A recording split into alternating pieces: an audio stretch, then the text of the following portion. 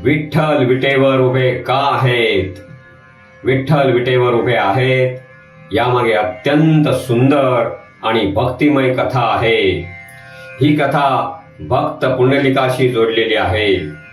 पंढरपूरचे भगवान श्री विठ्ठल म्हणजेच भगवान श्री कृष्ण म्हणजेच श्री विष्णू यांचे रूप मानले जाते.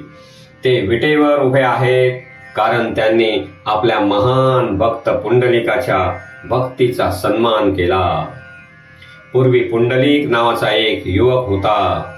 सुरुवातीला तो आई वडिलांची सेवा करत नसे. तो स्वार्थी आणि हट्टी स्वभावाचा होता.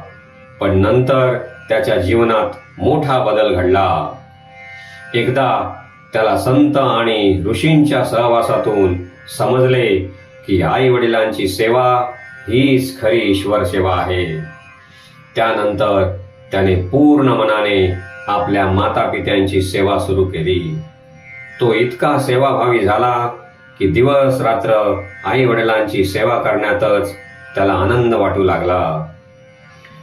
पुंडलिकाची ही अखंड सेवा आणि भक्ती पाहून भगवान श्रीकृष्ण म्हणजेच श्री विठ्ठल स्वतः त्याला भेटण्यासाठी पंढरपूर येथे आले.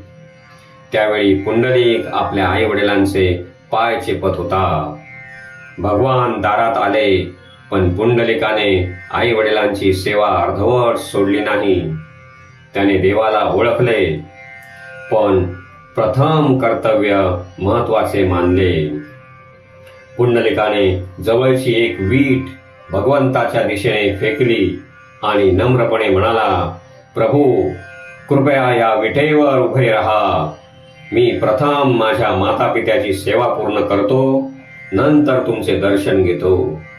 भगवान त्याच्या या श्रेष्ठ भक्तीने प्रसन्न झाले आणि त्या विटेवर उभे राहून त्याची वाट पाहिली. तेव्हापासून श्री विठ्ठल विटेवरी उभा राहणारा देव म्हणून प्रसिद्ध झाले. ही कथा आपल्याला हे शिकवते की आई वडिलांची सेवा हीच खरी पूजा आहे. कर्तव्य आणि भक्ती यांचा समतोल महत्वाचा आहे. देवाला दिखाऊ भक्ती नकोय, तर खरी सेवा आणि प्रेम हवे. भक्तीमध्ये नम्रता आणि निस्वार्थ भाव आवश्यक आहे. म्हणूनच म्हणतात, योग्य 28 विटेवरी उभा, वामांगी रखुमाही दिसे दिव्य शोभा.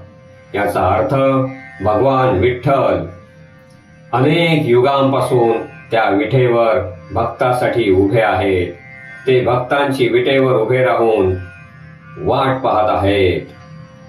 निष्कर्ष असा निघतो की विठ्ठल विटेवर उभे आहेत कारण त्यांनी फक्त पुंडलिकाच्या मातृपितृ सेवेला सर्वोच्च मान दिला.